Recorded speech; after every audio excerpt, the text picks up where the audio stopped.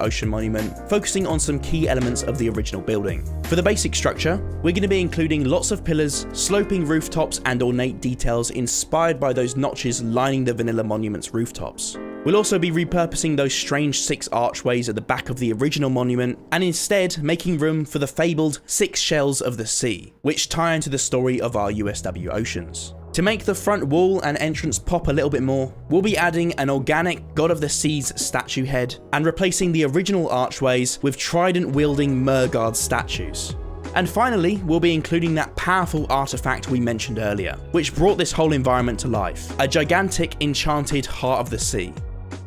Now initially, I wasn't sure exactly what to start with for this build, but I quickly realised that God of the Sea statue head entrance we planned would really help me work out the scale this thing needed to be. So, taking inspiration from Harry Potter and the Chamber of Secrets, I moulded this Poseidon-esque head from Prismarine, with its mouth open, ready to swallow up those of you who'd be crazy enough to venture into this monument. But why does the entrance depict the God of the Seas? Well, that all ties into that powerful artifact that I mentioned earlier, lost by the fleeing witches many centuries ago. The mysterious artifact, which was an enchanted Heart of the Sea, was accidentally dropped into the ocean, swept out with the tide, forming a powerful conduit in the USW seas. For years, the conduit sat alone on the ocean floor, absorbing the ocean's power and gradually growing in size, transforming the surrounding landscape until eventually it was discovered by adventurers from a distant land. They were pirates, travelling to the USW in search for the lost treasure of the evil pharaoh. But they ventured too close to the witch's mushroom swamp island and were struck by a devastating spell. Their ship washed up on the shores of the desert without its crew, with the first clue to the treasure hunt left inside. The crew were seemingly lost to the treacherous waters until they discovered the Heart of the Sea. To their surprise, once they neared its glowing light, they could somehow breathe underwater and gained other powers too. It had saved them from a grisly fate and actually gave rise to a new race of people thanks to the powers of the Heart of the Sea. And so they believed that the God of the Seas had plucked the heart from one of the witch's pockets, placing it on the ocean floor in its rightful place. The Mer people worshipped the God of the Seas as their saviour, and of course included a depiction of him in their monument. Anyway, while explaining some of that crazy backstory, we now have a blocked out monument structure heavily based on the original vanilla version. A grand God of the Seas statue head entrance, and some small trident bearing guards that I've put to the side for now. We'll come back to those right at the end of the monument's exterior transformation. With the main structure laid out, it's time for the fun part. Lots and lots of detail. Even though the vanilla ocean monument is a bit of a strange looking structure, it's actually arguably one of the most detailed structures in the game, so I had to do it justice. Starting with the bottom layer, I designed the main supporting pillars and added some intricate archways, incorporating plenty of sea lanterns to keep these details nice and visible later on. I then moved on to the next layer, detailing the smaller pillars and adding a wavy design under the slopes of the roof. This part is actually called the pediment in classical architecture. And before we move on to the next layer, I decided to tweak our God of the Seas head to match the materials more coherently with the rest of the monument and add sea lanterns into his eyes to make them pop. Next up, mimicking the other small pillar designs, I started detailing the next layer, and you can see things are really starting to take shape nicely now. Continuing with these ornate details, I created a design to line the bottom walls. Even though they're pretty hidden for the most part, I wanted to pay attention to every detail here and make this as immersive as possible for you guys.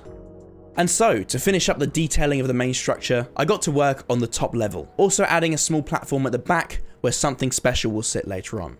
At the top of the monument, I added a staircase to the top platform, which I think fits really nicely with the roof. I then finished up the front pediment with one last pattern, before moving on to tackle the top platform, which actually plays host to that fabled artifact I mentioned earlier, the enchanted Heart of the Sea.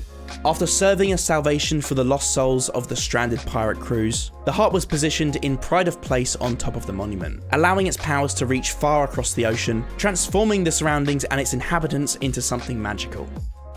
As well as the Heart of the Sea being key to the pirates' survival and the emergence of the Mer people, there were 6 large shells scattered near one another, which the stranded pirates used for shelter before they were able to build their own infrastructure. They later became known as the 6 Shells of the Sea. Without their protection, the ocean may have never have seen the emergence of an entire new race of people. And so, once they were strong enough, the founding crews of the Mer people led the inhabitants of the ocean and instructed that a monument was to be built and house the Heart of the Sea to protect them and what was left of their treasures from harm, with the 6 Shells of the Sea placed atop the roofs for the founding crews to reside in. With the 6 shells now all cozy in their new homes, it was time to make the final adjustments to the exterior of this monument, creating a more natural sandbank towards the entrance of the monument, and finally returning to those statues that we set aside earlier. Now, as you can see, I originally built these statues with legs, but that doesn't entirely fit with the story. Over centuries, the first lost pirates were joined by many more lost souls, cursed by the witches or caught out by the tentacles of the giant glow squid. The community quickly advanced, with rapid evolution occurring thanks to the magical heart conduit. The mer people became their own race, their bodies completely adapting to their environment, which explains this mer guard that I've just whipped up to guard the main entrance. However, in recognition of their earlier, pre-evolution advancements, they also built these seahorse guards. They were the original military force of the mer people. It was essentially their underwater cavalry. They protected the people from harm's way for centuries before their rapid evolution equipped them more appropriately to protect themselves. And so, they also sit in front of the monument, their reputation as fierce warriors providing a warning to attackers and treasure hunters. It looks like the exterior of our monument is complete, and it's really looking like an epic centerpiece. The resemblance to the vanilla monument is pretty uncanny as well. Maybe I didn't get too carried away this time.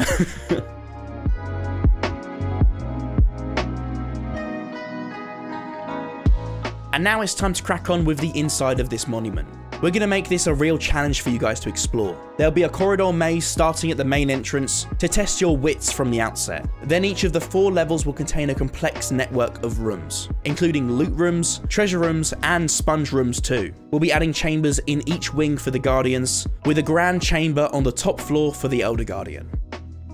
The main entrance was designed to lure in enemies and thieves, where they would enter a maze of corridors followed by a labyrinth of rooms, eventually losing themselves in the complexity of the structure or stumbling across one of the Guardians of the Ocean. So I plotted out a grid on each floor, making lots of edits to complicate things. And you've also got to remember that inside an ocean monument, the exits and entrances to each room can come from any angle. So this is going to be pretty confusing to explore on this scale. I wanted to keep things relatively simple and authentic to the vanilla structure, but added plenty of details to the corridors and rooms, with the entrances and exits varying every time, and of course scattering in some of those special room types as well. So keep your eyes peeled for loot and sponge. To be honest, working out where all the special rooms are might just about be the only way to work your way around this crazy maze. That, and a whole lot of potions and doors. Depends on your playstyle, I guess.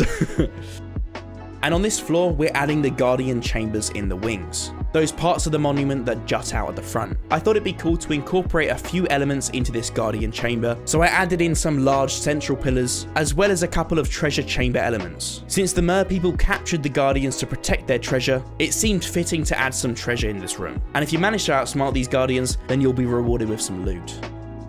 And to finish things up, I planned out the 4th and final floor before adding in all of the walls and secret rooms and moving on to the grand Elder Guardian chamber, which I just had to turn into the ultimate underwater boss battle room. I added in some giant pillars, a large floor pattern, and a platform, with of course a little stash of loot to reward you if you made it this far. Props to you if you managed to get through all of this in survival.